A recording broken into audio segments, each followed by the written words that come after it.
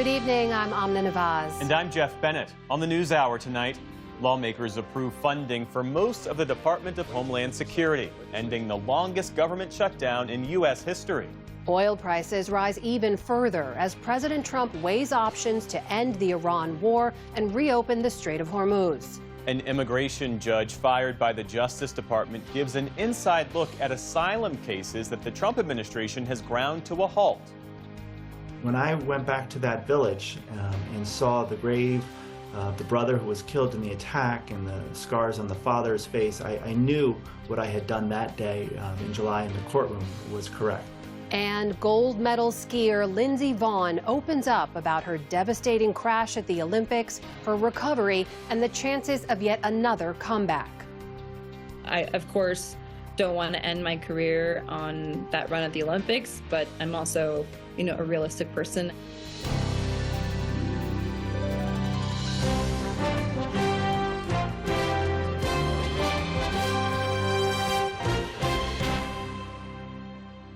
Major funding for the PBS News Hour has been provided by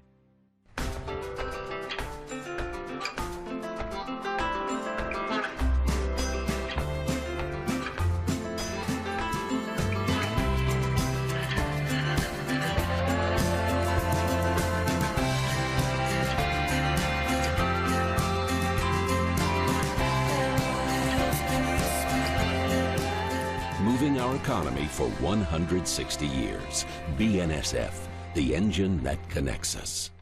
Certified financial planner professionals are proud to support PBS NewsHour. CFP professionals are committed to acting in their clients' best interest. More information at letsmakeaplan.org. the Gordon and Betty Moore Foundation, established to create positive outcomes for future generations. And friends of the NewsHour, including Robert S. Kaplan and Wendy J. Selden through the Raymond James Charitable Endowment Fund.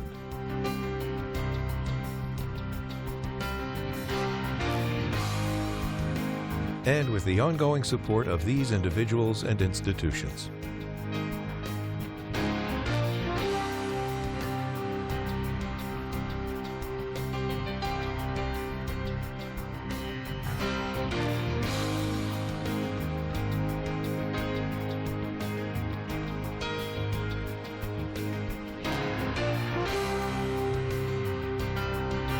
This program was made possible by the contributions to your PBS station from viewers like you.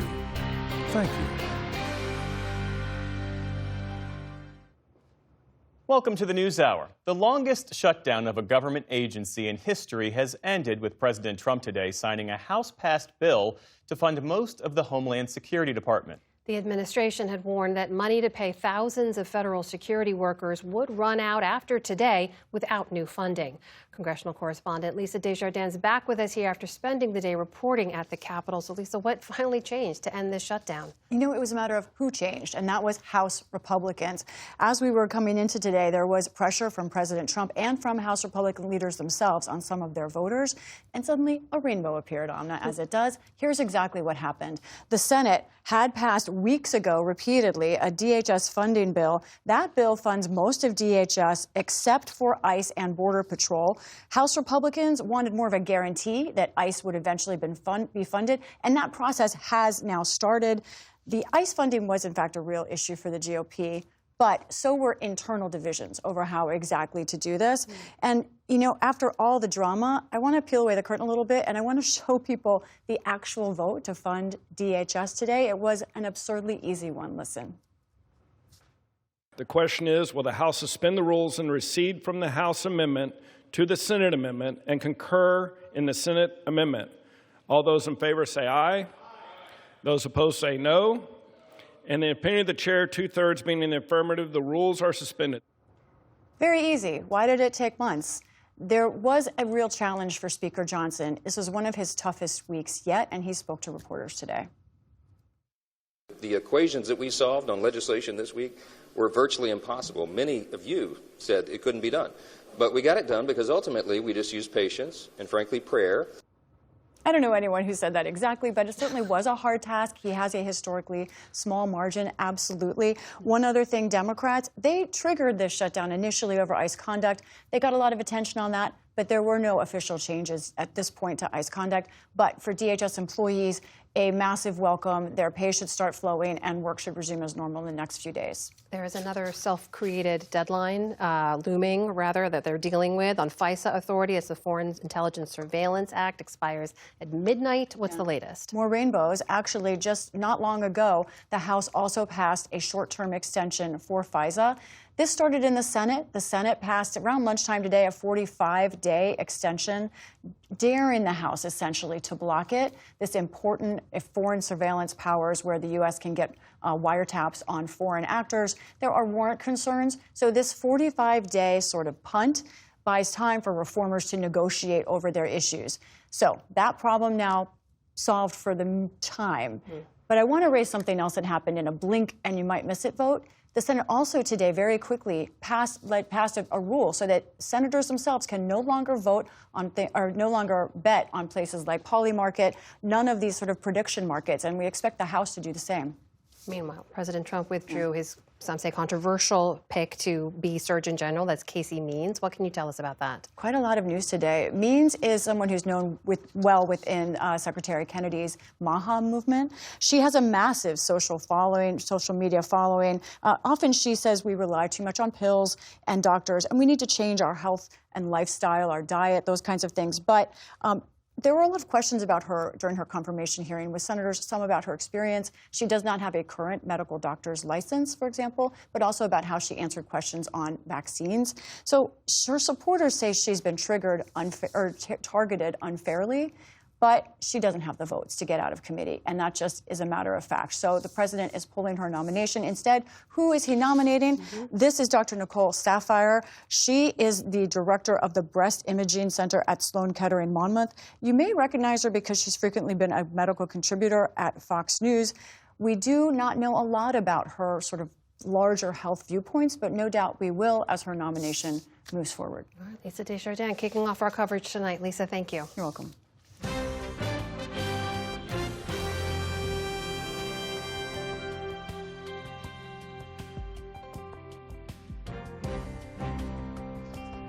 The top U.S. commander in the Middle East briefed President Trump today on potential military options and the ongoing blockade of the Persian Gulf. While talks to end the war with Iran and ship traffic in the Strait of Hormuz both remain at a standstill. Meantime, Defense Secretary Pete Hegseth faced more grilling from lawmakers as the price of oil is surging and as a key deadline for congressional wartime authorization is fast approaching. Here's Nick Schifrin with more. Operation Epic Fury, it's been a smashing military success. We've got to see action a whole lot sooner in the Straits. Today on Capitol Hill, much of the partisan war over the war in Iran focused on the fate of the waterway that both Iran and the U.S. today claim to control. We're not going to bring this war to an end until we seize control of the Straits in a way which that in part is why up. we have a blockade that has been impenetrable for the Iranians because they don't have a conventional navy to contest it, which means we control the Straits. Secretary of Defense Pete Hegseth said a U.S. blockade that has stopped 38 ships from Iranian docks was pressuring Iran, as echoed today by President Trump. The blockade is incredible. The power of the blockade is incredible. They're not getting any money from oil. And hopefully it can be worked out very soon. But in a message read on state TV, today Iran's new supreme leader, Mojtaba Khamenei, said he has no interest in working it out and said Iran had an ongoing chokehold over the strait. The Islamic Iran, in gratitude for the divine blessing of exercising authority over the Strait of Hormuz, will secure the Persian Gulf region and eliminate the ground for exploitation by hostile enemies. You know, we can try and tell the American people that it's going great and we're killing it, but until the Strait of Hormuz is open, I don't think we can credibly say that with any seriousness. Global markets also do not believe the strait is open. Earlier today, Brent crude surged past $126 a barrel, the highest price since the beginning of the war and the highest in 4 years. This war is costing so much money. Over $25 billion already, estimates $1 billion a day, and they're feeling it every single day at the gas pump. This war is stuck. The Strait of Hormuz is closed. The Iranian regime is in place. The nuclear material still in their hands. Hegseth urged critics to wait. And I would remind you and this group that we're 2 months in to an effort And many congressional Democrats, as I pointed out, want to declare defeat 2 months in. To discuss the blockade and the possibility of restarting the war, a U.S. official tells PBS News Hour the military's top commander in the Middle East, Admiral Brad Cooper, is briefing the National Security Council this afternoon. But so long as the ceasefire continues, Hegseth says the requirement that the administration get congressional authorization to keep fighting is on hold. We are in a ceasefire right now, which our understanding means the 60-day clock pauses or stops in a ceasefire. You're not in. Yeah. It's our understanding, just so you know. Okay, well, I do not believe the statute would support that. I think the 60 days runs maybe tomorrow, and it's going to pose a really important legal question for the administration. But there appears no congressional appetite to enforce that war powers statute. The U.S. this week made a new call for countries to join a coalition to help secure the strait. But that effort wouldn't begin until the war concludes. Until then, the strait and efforts to end the war remain at a standstill. For the PBS NewsHour, I'm Nick Schifrin.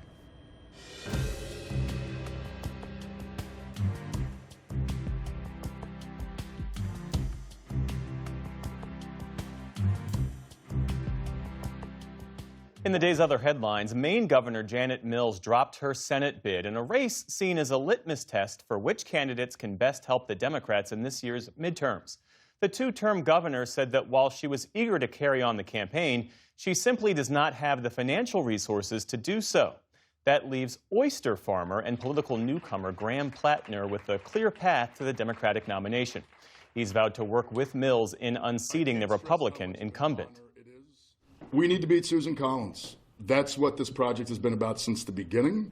That is exactly what the governor got in it to do as well. And I think we all at this moment need to come together and recognize that building power for working people across the state, that's how we're going to do it. The 41-year-old military veteran held a strong lead over Mills in the lead-up to the June primary. That's despite controversy over past online comments about women and a tattoo he has since covered, widely seen as a Nazi symbol, though Plattner says he was unaware until recently that the image had been associated with Nazi police. Maine is a key state for the Democrats should they hope to retake control of the Senate this fall. In Texas, officials at Camp Mystic are dropping plans to reopen this summer amid outrage by family members who lost loved ones in last year's flooding. In a statement, camp leaders say they want to give families more time to grieve. The decision comes just weeks before it was set to welcome hundreds of campers. And it follows days of tense hearings in which state lawmakers grilled camp officials over their handling of the disaster. 25 campers and 2 teenage counselors were killed when a flood swept through the camp last July. The camp's owner also died. The head of the U.S. Secret Service provided new details today about last weekend's shooting at the White House Correspondents' Dinner. Director Sean Curran told Fox News that the officer who was injured in the attack was not hit by friendly fire, but rather was shot at point-blank range by the suspect. Curran also said that same officer was the one who fired 5 rounds toward the suspect, though he did not hit him. That officer, while being shot, was in the process of falling down and was returning gunfire. To be shot at is not a pleasant thing, and to be able to actually return fire in that rate of speed is just remarkable. Meantime, the suspect appeared in a Washington, D.C. court today where his lawyer said he would not contest the government's effort to keep him in federal custody ahead of trial. President Trump says he's easing some tariffs on Scotch whiskey. The decision was, as he put it, in honor of the King and Queen of the United Kingdom, who wrapped up their state visit to the U.S. today. Great king. What was your greatest visit? The greatest king. On their 4th and final day, the royals returned to the White House to bid farewell to President Trump, who has hinted that the visit could help ease recent U.S.-UK tensions. Then the King and Queen laid a wreath at the tomb of the unknown soldier in Arlington, Virginia, and attended events in the fittingly named town of Front Royal. The visit was meant to mark 250 years since America's independence from Great Britain. This week, King Charles instead highlighted what he called the unbreakable bond between the two nations. The U.S. economy grew 2% in the first quarter of the year when compared to 2025. Economists say business investment and government spending helped drive growth. though the impact of the war with Iran is likely to weigh on the economy moving forward. Also today, a closely watched reading on inflation hit its highest level in almost 3 years last month as gas prices soared. Meantime, on Wall Street, stocks rallied today despite the latest spike in oil prices. The Dow Jones Industrial Average jumped nearly 800 points on the day. The Nasdaq added more than 200 points. The S&P 500 closed out its best month in more than 5 years. And J. Craig Venter, the maverick scientist who played a critical role in sequencing the human genome, has died. In 2000, his company Celera achieved the feat faster than the government-funded Human Genome Project, and Celera did it using Venter's very own genome. The accomplishment was a major advancement in the understanding of human diseases and their origins. In 2007, he told the NewsHour about the benefits of his work at a time of public skepticism surrounding the study of genetics. It takes us in a step of public accessibility of this information versus it only being in secret databases. And it sends an important message to the public. You don't have to fear your genetic information. J. Craig Venter's namesake institute said he had recently been hospitalized for side effects from cancer treatment. He was 79 years old. And singer-songwriter David Allan Coe has died. You never even called me by my name. Did I miss anybody, Mama? In the mid-1970s, Coe solidified his outlaw country image with songs like You Never Even Called Me By My Name and Long-Haired Redneck. His music was inspired by his own checkered past, which included a stint in prison. And some of his most well-known songs were actually recorded by other artists. Take this job and shove it. I ain't working here no more. Johnny Paycheck turned Coe's Take This Job and Shove It into a blue-collar anthem in the late 1970s. Coe himself appeared in a film of the same name and had minor roles in a handful of others. His representative said Coe died yesterday, but gave few other details. David Allan Coe was 86 years old. Still to come on the NewsHour, airlines under pressure amid rising fuel costs and a budget carrier bankruptcy. Germany builds up its military to prepare for a potential future without U.S. support. And we report from Texas on how changes to SNAP benefits are affecting residents there. This is the PBS NewsHour from the David M. Rubenstein studio at WETA in Washington, headquarters of PBS News.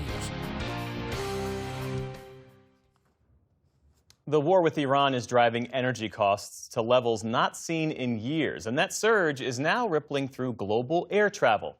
Several U.S. budget airlines are asking the federal government for a $2.5 billion lifeline, warning that soaring jet fuel prices are putting pressure on their business models and threatening thousands of jobs, along with the affordable fares that millions of travelers depend on.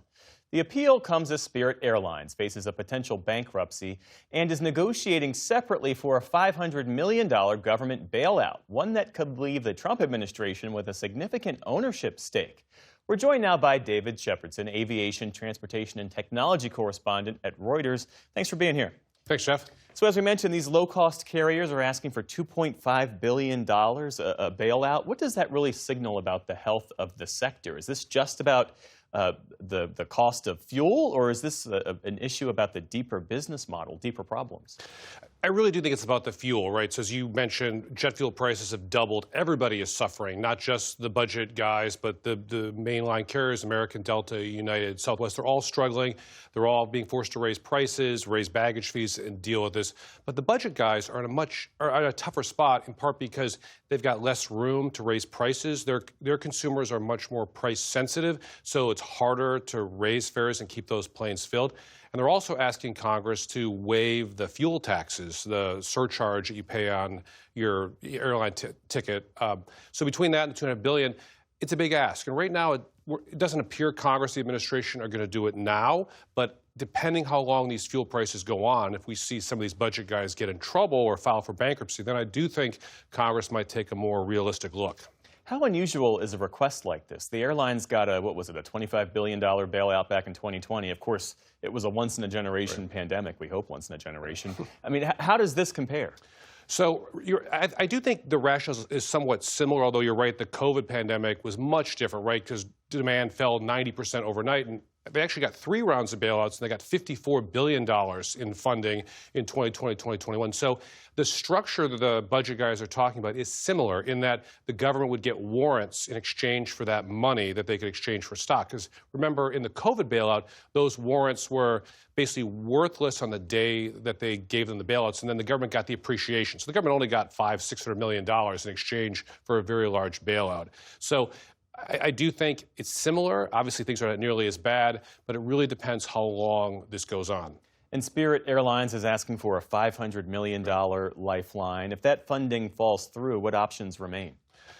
Really, it doesn't look like much. I mean, if you listen to Spirit and their lawyers, they're basically facing liquidation. So they do have some money on hand, but they're restricted from using it. They're in negotiations with their creditors and the government to try to reach a deal. It was supposed to be done by today. The talks are continuing. And Spirit has really struggled. So since 2019, they haven't made a profit. They filed for bankruptcy twice in the last 2 years. And they made some mistakes. They made a big expansion bet before COVID. It didn't pay off. And a lot of the market has moved toward the premium segment, right? People want the fancier seats, the United, American Deltas of the world. And so Spirit has struggled to keep those seats filled. And that business plan they have depends on much cheaper fuel. And the question is, how can they exit bankruptcy with a plan to survive with much higher fuel prices? Why should we care if Spirit collapses? To your point, they've been struggling for 7 years. Right. If they can't get it together, it's just a free market at play. No, you hear that argument for a lot of people on both sides of the aisle. However, even if you don't fly Spirit, you do benefit if you're a flyer. They're about 5% of the market, and studies show that the markets where Spirit competes with a Delta or American, those fares are lower. And we've seen certainly in the past that when budget carriers go out of business or stop flying, the legacy carriers can raise prices. So they do act as a downward pressure on airfares. And also, if you're a college kid or you just can't afford to travel, I mean, Spirit, Frontier, the smaller guys, they do provide airline travel options for people who really can't afford to fly the mainline carriers. Well, what is the bigger picture for the major airlines? Because as you point out, first class seats are really driving profits at airlines like Delta and United. Sure. And credit cards, too, right? Between the credit cards and that's billions of dollars in profits. Now, there's still a big demand. They're all trying to fill those other seats, and that's why you see the other airlines have these basic economy, no-frills fares, because they're trying to compete with the Spirits and the Frontiers of the world to have a lower-cost fare, but they're really trying to upsell you to all the fancier seats and the premium food or whatever they have, in the front of the cabin. So, but the Spirits of the world, right, they just don't have that. They don't have the run room to raise the prices because, their consumer base, if you raise prices $20, $50, $75, they're much less likely to stick with that airfare. And also they're less likely to be business travelers because they have fewer options and with fewer flights. If your flight gets canceled, you might get stuck for a day on a small carrier, unlike the bigger guys with lots more flights. And let's leave our viewers with some news they can use. If they have summer travel plans, now's the time to buy their tickets? Yeah, it sounds like a salesman, right, but you really should buy, right? The airlines all say they've only been able to pass on 30 to 40% of the higher cost of fuel. As the year goes on, they plan to increase that. United wants to do all of it. So really my advice is look for airfares now because prices are only going to go up, assuming the war and these high prices continue for months to come. So don't wait. Get your airfares now before it's too late. Okay, David Shepardson of Reuters. Always great to speak with you. Thanks for coming in. Thanks, Jeff.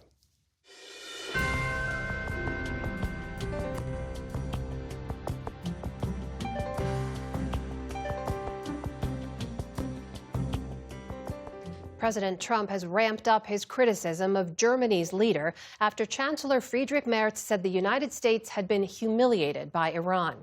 In a post on Truth Social, the president told Merz to, quote, spend more time on ending the war with Russia-Ukraine, where he has been totally ineffective, and fixing his broken country. Despite Trump's rhetoric and repeated threats to withdraw the U.S. from NATO, Germany's top military officer claims relations with American military leaders are as strong as ever. But he also says the threat from Russia means Germany's push to strengthen its own armed forces is a race against time. Our special correspondent Malcolm Brabant reports from Germany.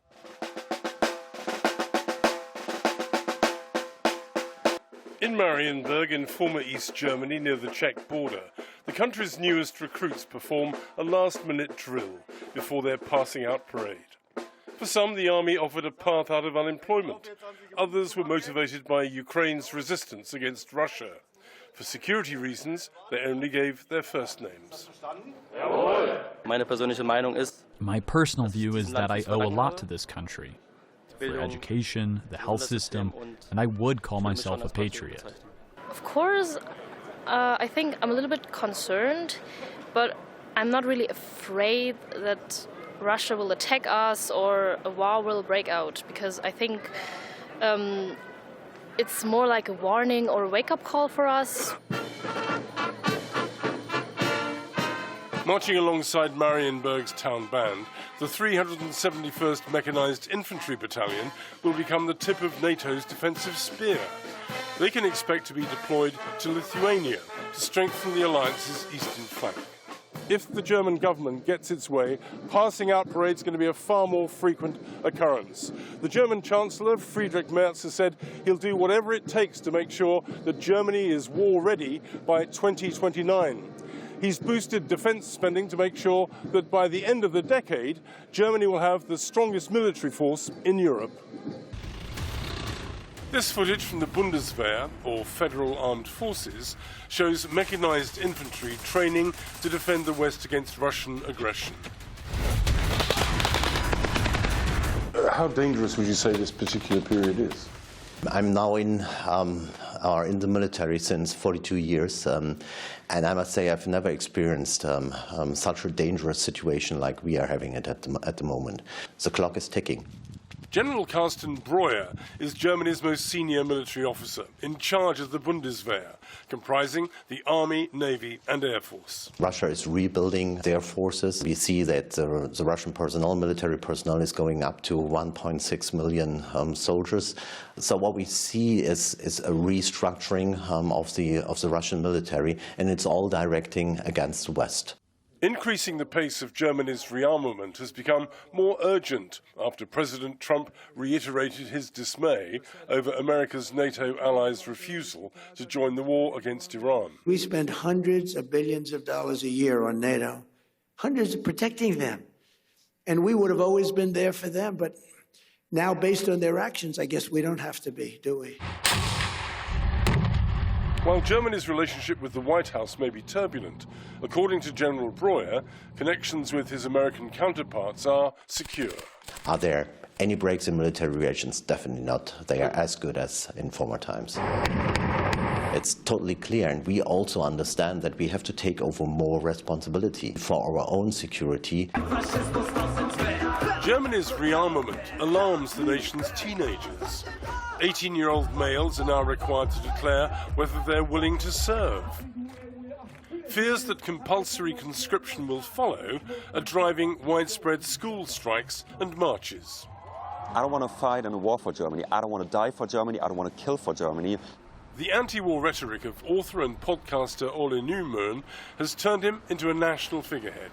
The state doesn't care whether people want to fight or not. It's just forcing its citizens to. And this is, in my opinion, the most important argument against fighting for your country.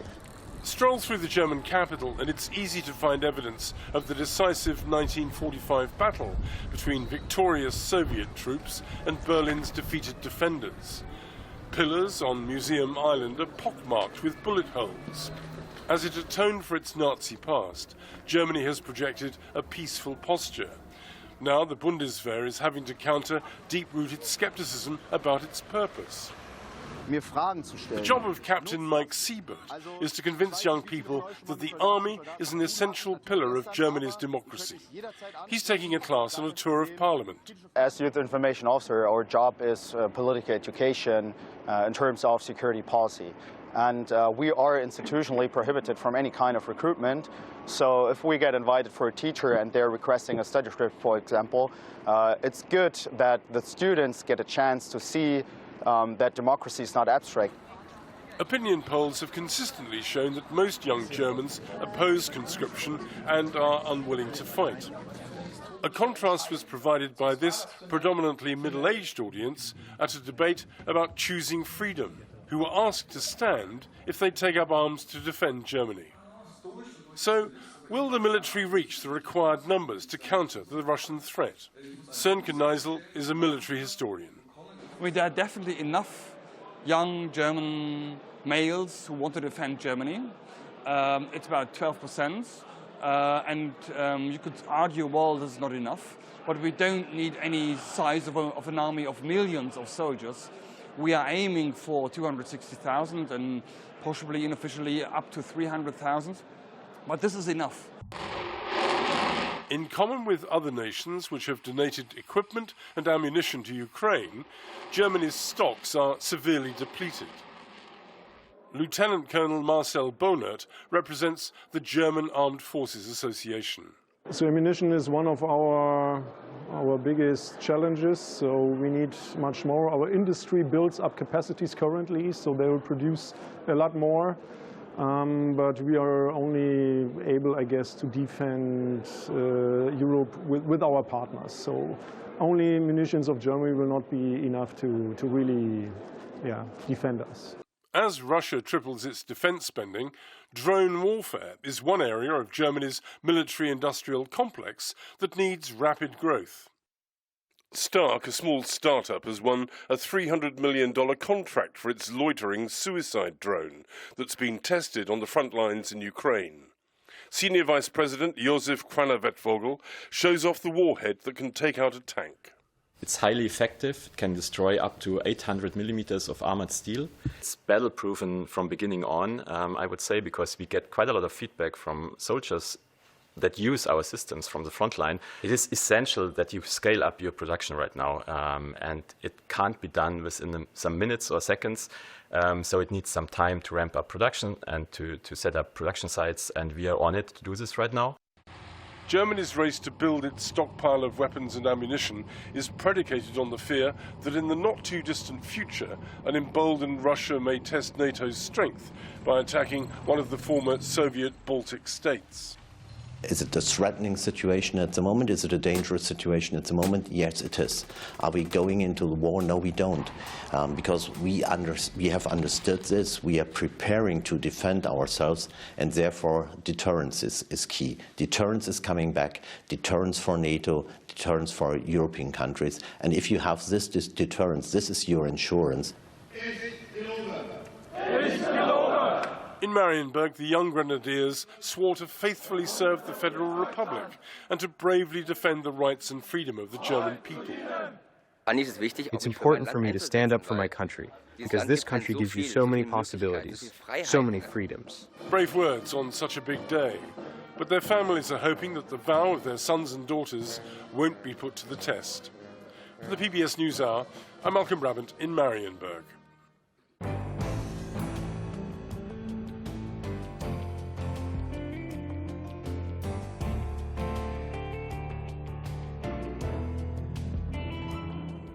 Since returning to office, President Trump has made sweeping changes to the legal immigration system, including speeding up deportations and tamping down on asylum seekers. The Justice Department has also fired more than 100 sitting immigration judges and is now advertising to hire so-called deportation judges in their place.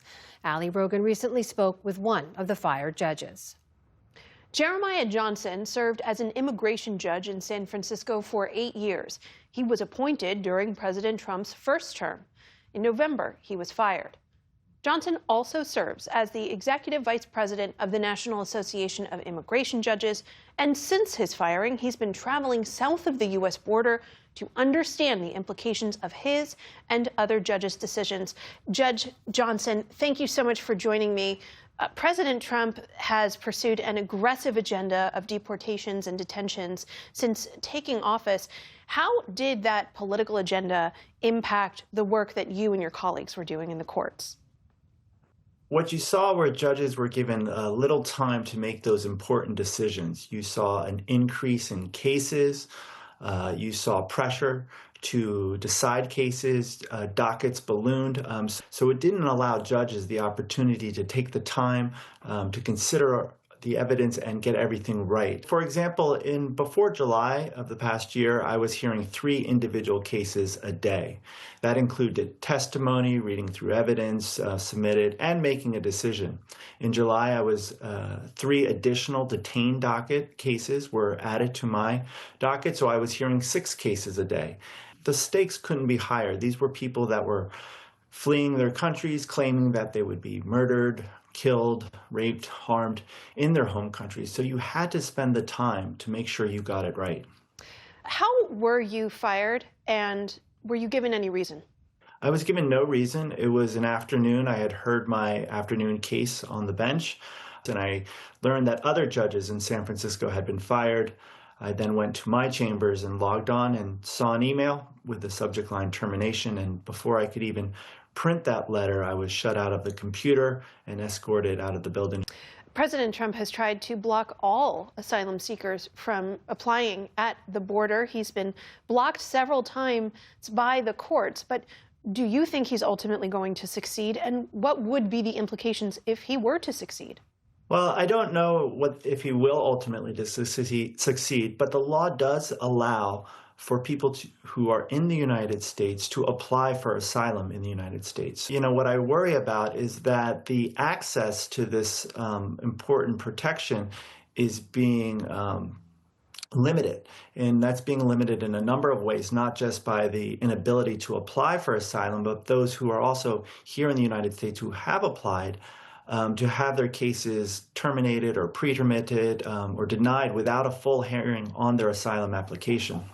Another change to immigration policy under this Trump administration is the ability to hold migrants without bond, meaning that they're held for much longer periods in detention centers, which are often overcrowded, unsanitary. How is that affecting the experience of migrants who are seeking to get their asylum cases through court? Well, it impacts it by them returning to their country that they claim fear and that they fear of being harmed.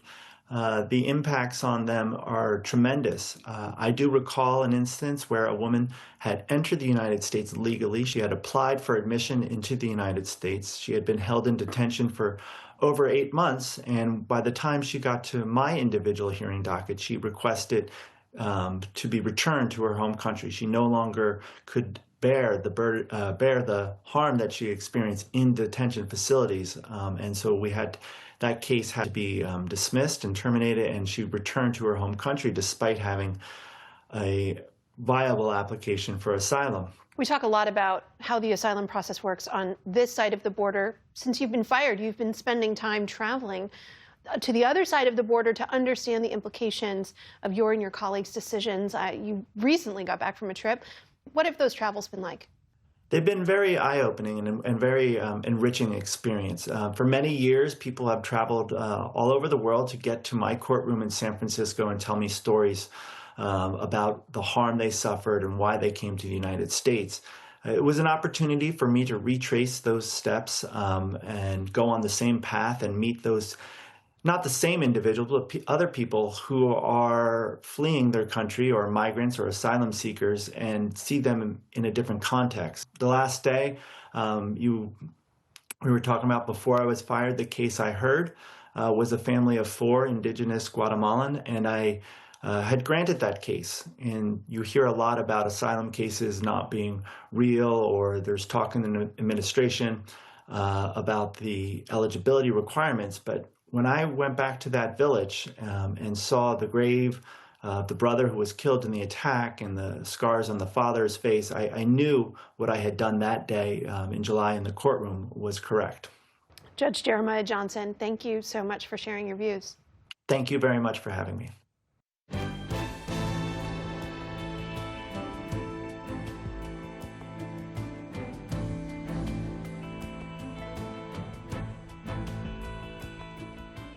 This year, 22 states across the country are changing what people on food assistance can buy with their benefits.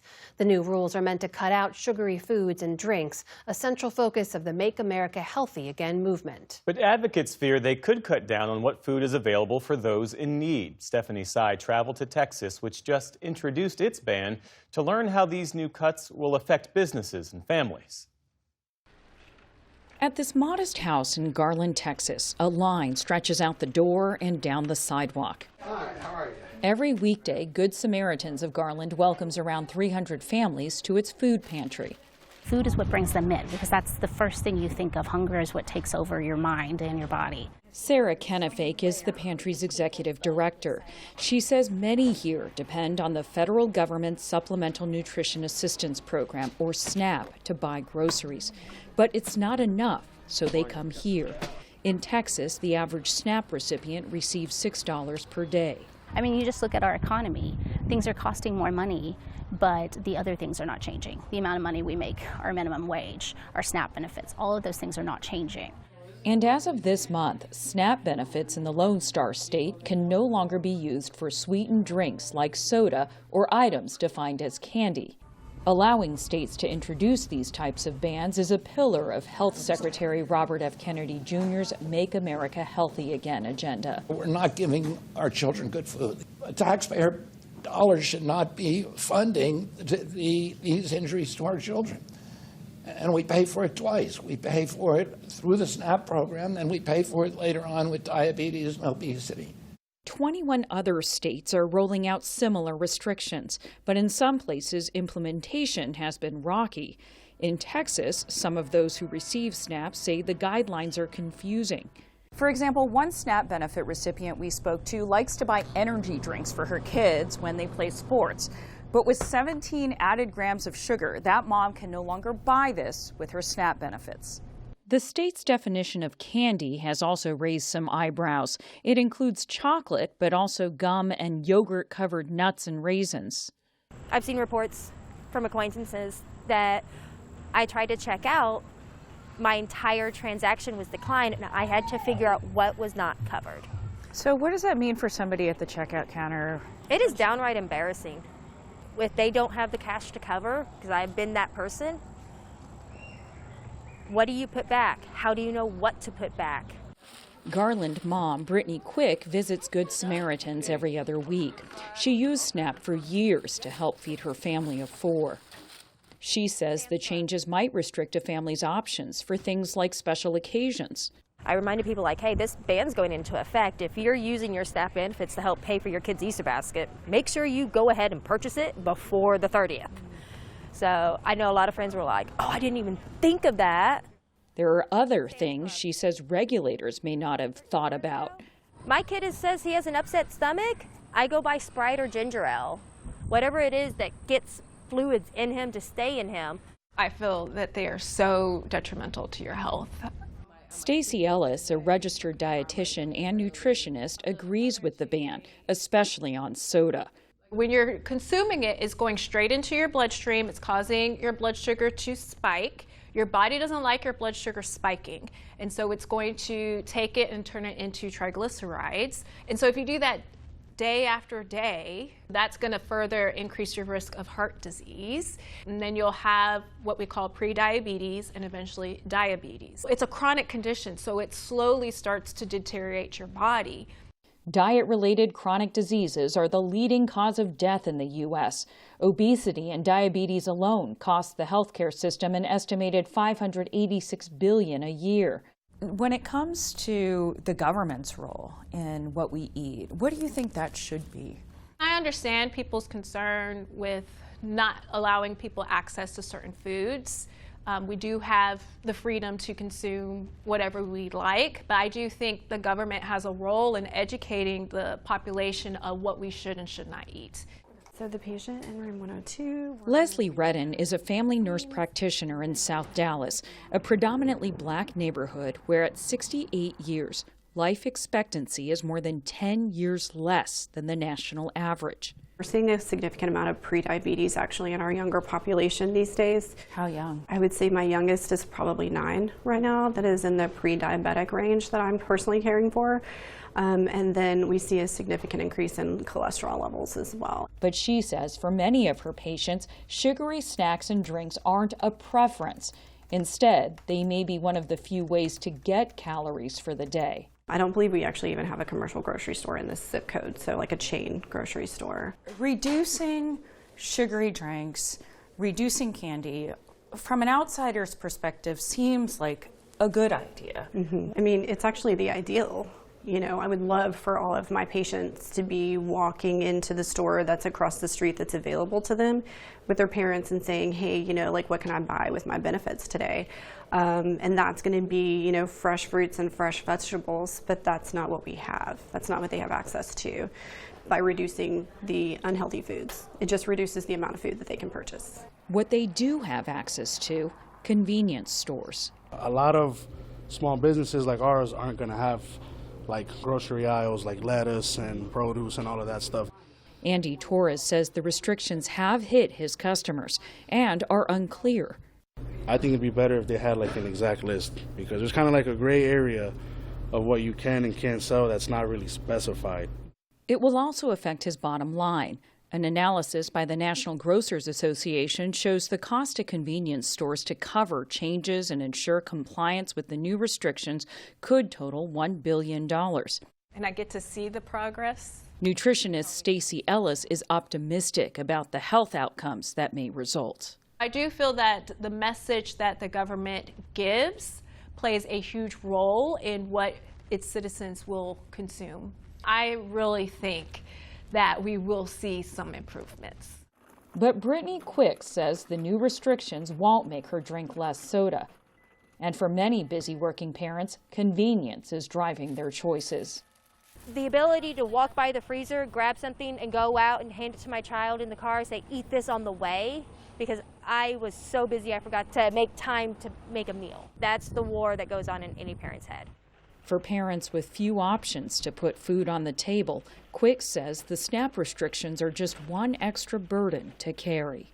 For the PBS News Hour, I'm Stephanie Tsai in Garland, Texas.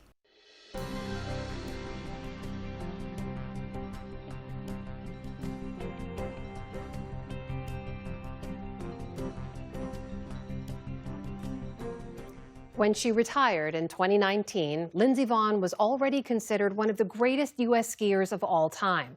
4 World Cup titles, 3 Olympic medals, including the first gold for an American woman in downhill skiing, and 82 wins at World Cup events. But in 2024, at the age of 40, Vonn returned to the slopes, once again competing at the highest level and becoming the oldest World Cup winner in history. In February, the world watched as she chased another Olympic medal in Italy. Just 13 seconds into that run, a devastating crash. Vonn airlifted off the course with a broken ankle and complex fractures in her leg. I recently spoke with Lindsay Vonn and began by asking her how she's doing 5 surgeries and just a few months after that crash. I'm doing better, thanks. It's still very slow, and I'm trying to make progress as best I can, but I'm in a lot better shape than I was when everyone last saw me, that's for sure. I mean, to watch it as viewers was horrifying. It's unimaginable what it was like for you to live through that just 13 seconds into that downhill run. In the moment, did you know the extent of your injuries? Did you know how serious it was at the time? Yeah, I knew immediately that I'd broken my leg. I didn't know how badly it was broken. I was hoping that it wasn't a compound fracture. And then I remember telling the doctor, please don't let me get compartment syndrome, which I did. And, unfortunately, there was nothing that anyone could have done about that. That's really dependent upon how much trauma is in your body. And of course, my leg was broken in quite a few places. But I actually didn't really know the severity of everything as a whole until I actually left Italy and was on my way to the US. And then my doctor kind of broke everything down for me step by step on, what happened and where things were getting really serious and how he managed to manage the whole situation and make sure that I saved my leg. And he was able to make the right decision so that I could, be where I am now. I mean, you are no stranger to comebacks. I think that's fair to say. You had a partial knee replacement and you came back to compete after retiring. It was just days before your Olympic competition that you'd torn your ACL, which would have been season ending for a number of people.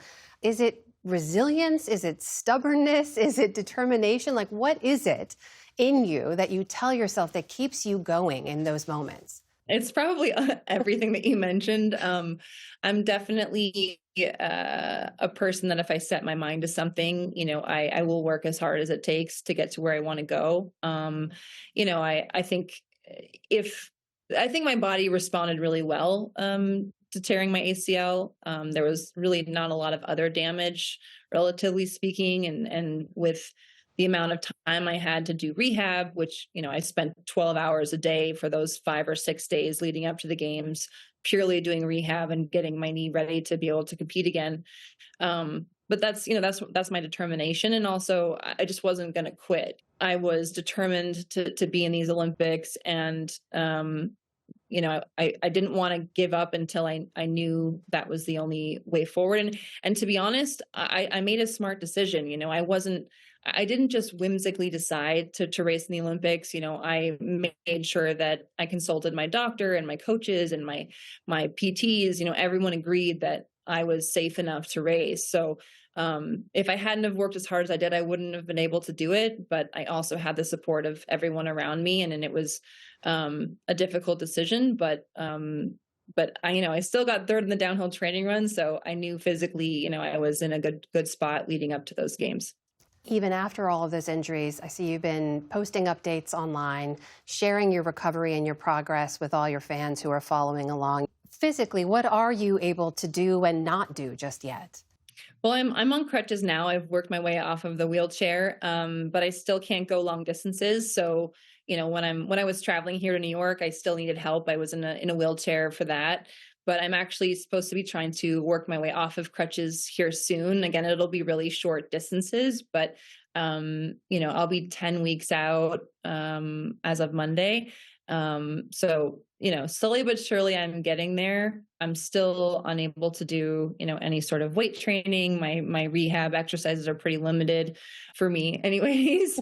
I would always love to be doing more in the gym, but I'm trying to, follow the doctor's orders and really be meticulous and slow about how I come back from this injury. But working my way off crutches, walking without assistance is my big goal. So for nearly 10 weeks now, you haven't been able to walk on your own just yet. That has to be, especially for someone like you, that has to be really frustrating. Yeah, especially while I was in a wheelchair, it was really 100% dependent on people helping me. And I'm a very independent person. So that was hard. I feel like at times I was a burden, and I don't like feeling that way, which I don't think was a case necessarily, but that's kind of how I perceived it in my mind. So now that I'm able to do more, I feel better. But I think it's more mentally a challenge at this point than physically. I know you're working with this biopharmaceutical company, too, as a spokesperson in Vivid to raise awareness for this Antibodies for Anybody campaign.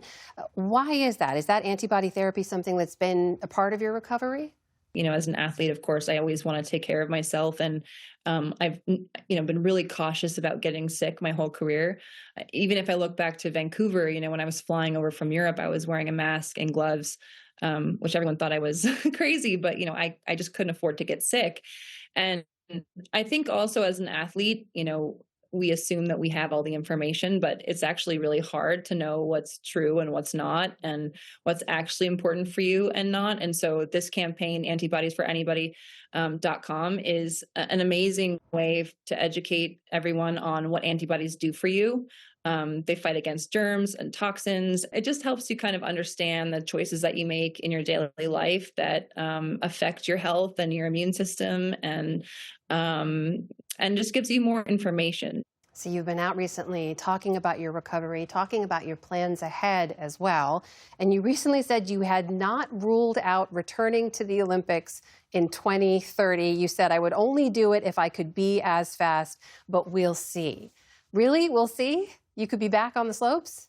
I don't know. I feel like I've gone through such a wave of emotions since I crashed. And I, of course, don't want to end my career on that run at the Olympics, but I'm also, a realistic person. I know the chances that are probably low, and for a good reason, but I'm just not, in a place to make any decisions yet.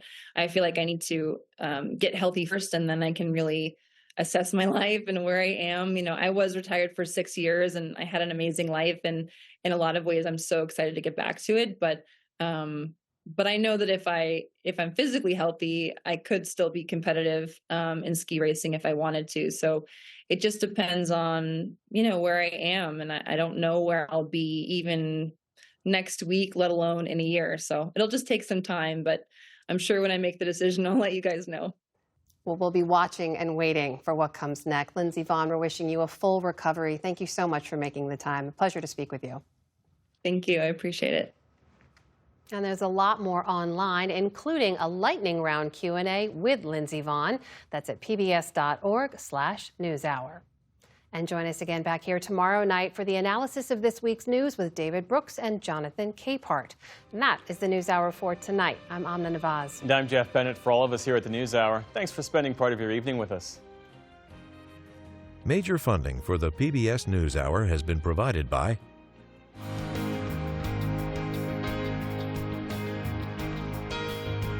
Carnegie Corporation of New York, working to reduce political polarization through philanthropic support for education, democracy, and peace. More information at carnegie.org. Certified financial planner professionals are proud to support PBS NewsHour. CFP professionals are committed to acting in their clients' best interest. More information at letsmakeaplan.org. And with the ongoing support of these individuals and institutions. And friends of the NewsHour, including Leonard and Norma Chlorfine, and the Judy and Peter Bloom Kovler Foundation. And with the ongoing support of these institutions.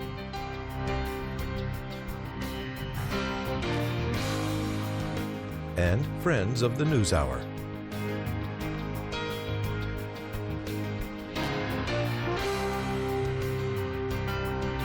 This program was made possible by the contributions to your PBS station from viewers like you.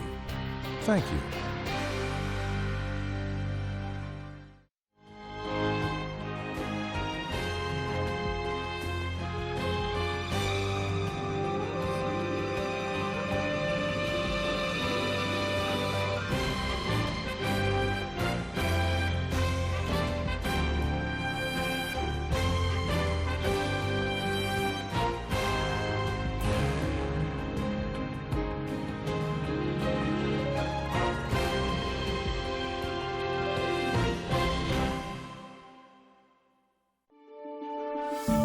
You're watching PBS.